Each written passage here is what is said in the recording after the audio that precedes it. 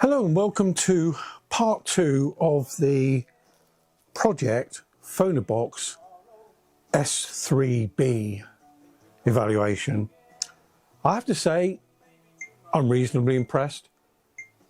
It's actually been placed in my system, hasn't left since the day I put it in, and I'm continuing to use it, and it won't be going back. I've already paid for it anyway, but it's not something I would look to either sell on.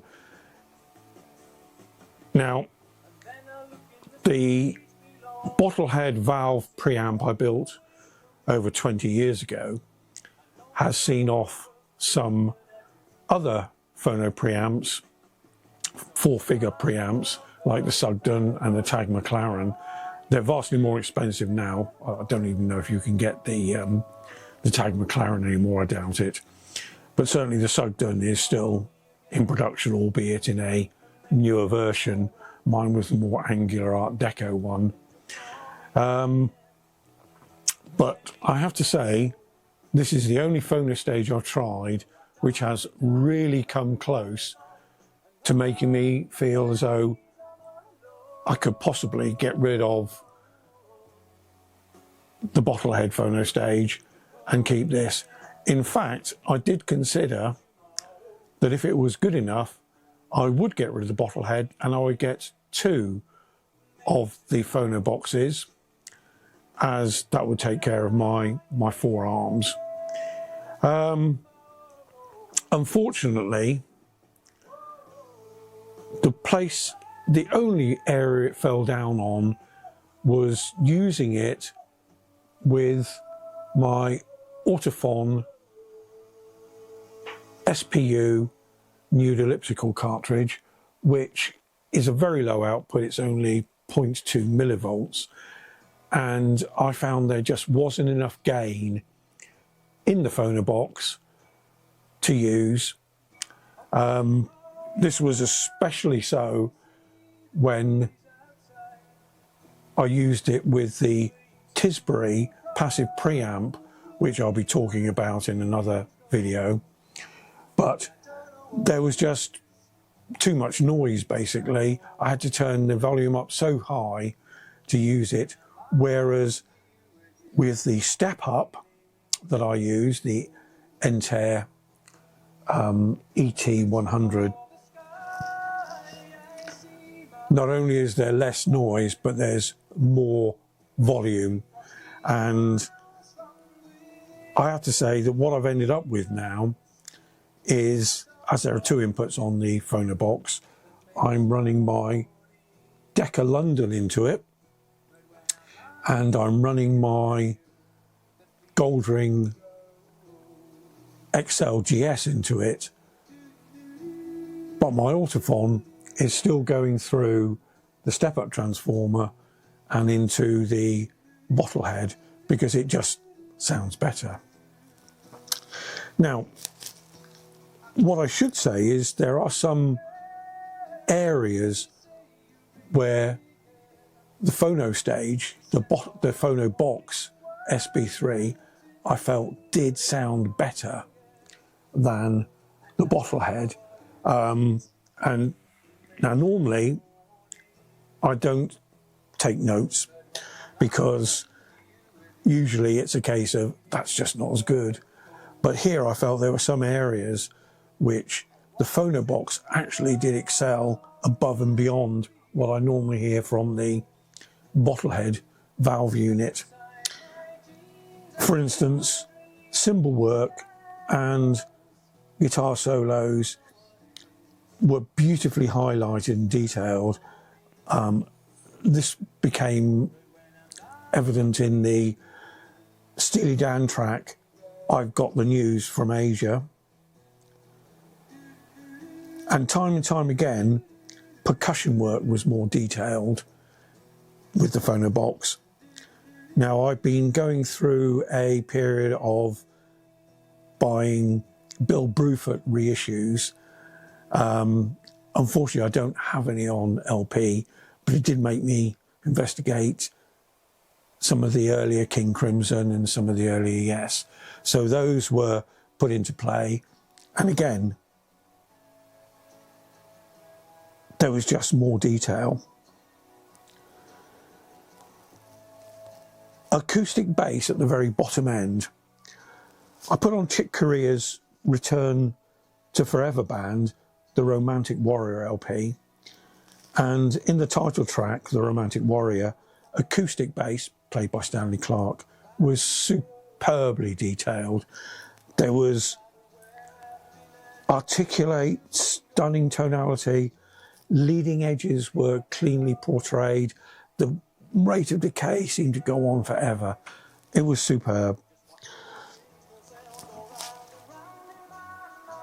And you could almost hear the stickiness, the rosin in the bow as it was being drawn across the strings when the double bass was bowed. Very, very good.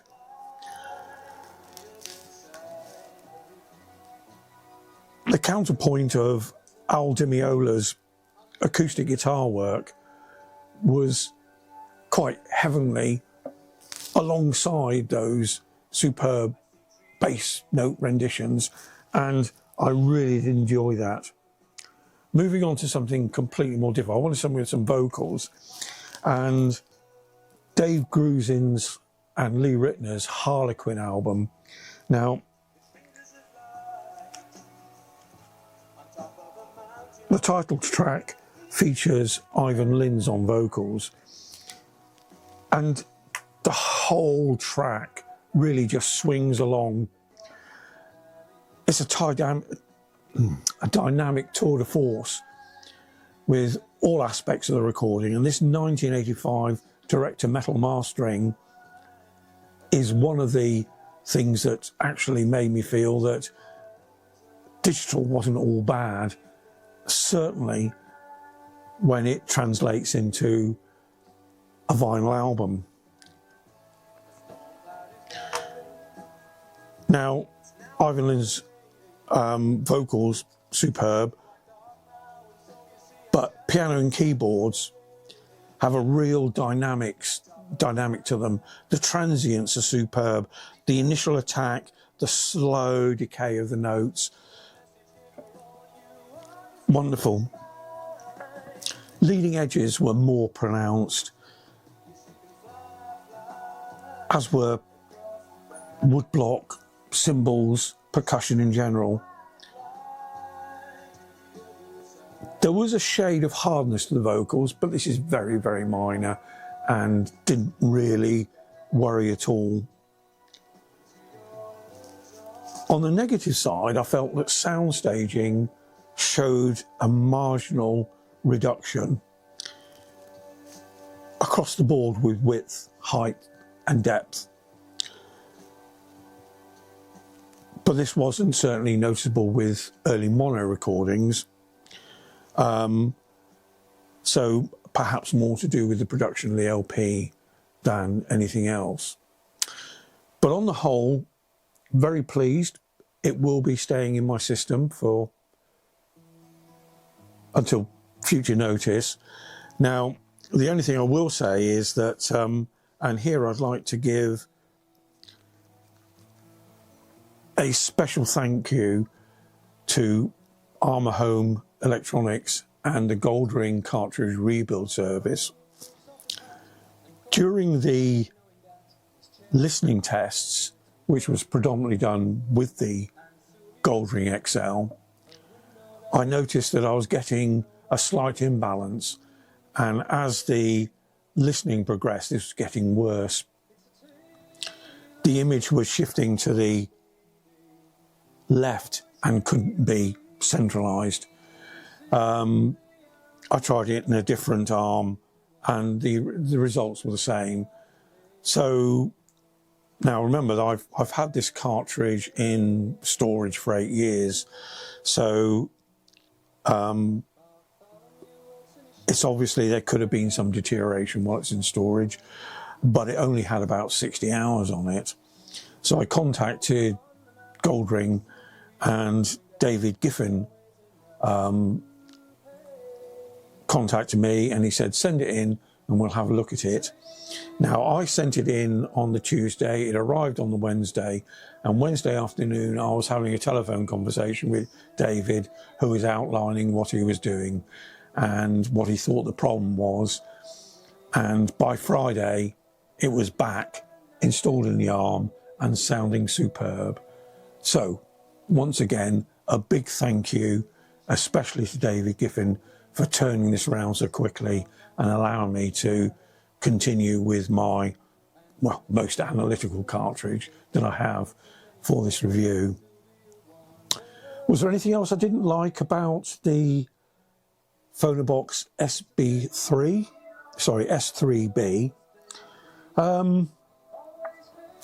The earthing tag on the back couldn't be done up fully. So if you had a very thin earthing connector, it would just drop out. So had to scrummage around for some washers to go in there to pack that out.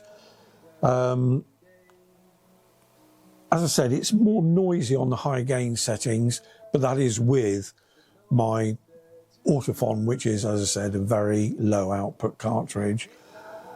The other thing is, I did wonder what you do with the balanced outputs, because there is nothing apart from a headphone amplifier under £2,000 in the Pro-Ject range which has balanced inputs, which I found a bit strange.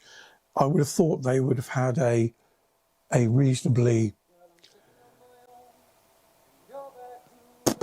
equivalent priced preamp or integrated amp that would have had balanced inputs, which would have allowed you to build a coherent system using some more Pro-Ject boxes.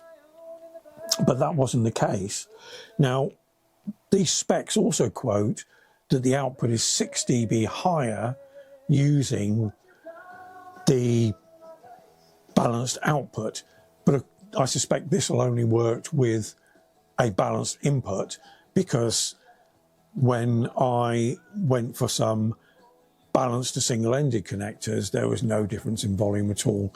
And again, as with the passive preamp issue we'll talk about later on another video, it would have been nice to have had that extra volume in the output. But as it stands, I'm very pleased with the unit, and I will be using it with my system until I come across something better. I would still like, in all honesty, to retire the Bottlehead Phonostage, because it's, as I say, a 120 volt unit, and it would be nice not to have to keep using the 120 volt system, although my power amps are also 120 volts, so that's also to be considered. But it would be nice to have a smaller form factor. I'm not worried about the valves. The valves that are in there are the ones I put in 20 years ago, and they are still performing fantastically.